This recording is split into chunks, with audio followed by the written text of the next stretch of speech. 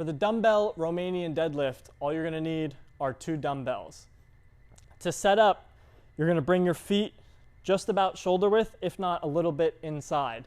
Basically, the stance you wanna be in is if you think you are gonna jump off the ground, that's about where you want your feet. So you wouldn't jump from way out here, and you also wouldn't jump with your feet right here, right?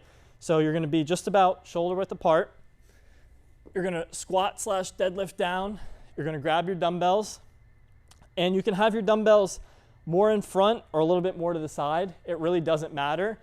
The important thing to keep in mind is that your hand stays over the middle of your foot. So as you're hinging back, your hand should be directly over the middle of your foot, which is gonna be right over your shoelaces here. So again, your hands could be in front or here, but you wanna make sure they stay over the middle of your foot, regardless of whether they're in front or behind.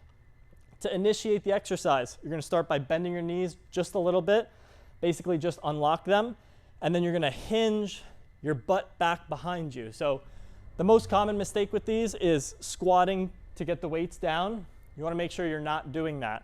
You wanna just unlock your knees, and then it's all a hinge in your hips back like that. So what I like to think about that helps me is if I had my arms full of groceries, and imagine I forgot to shut the car door behind me, think about reaching your butt back to shut that car door behind you. So here's what the exercise looks like.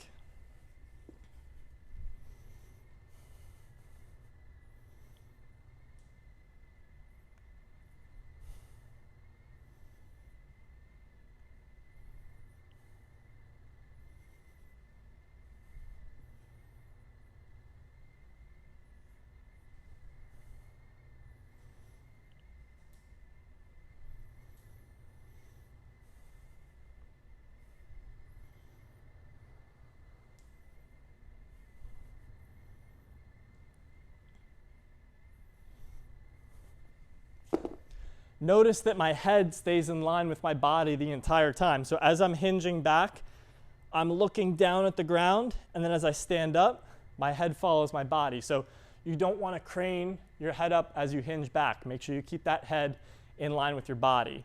Also notice how my back stays flat throughout the entire movement. I'm not rounding to get lower.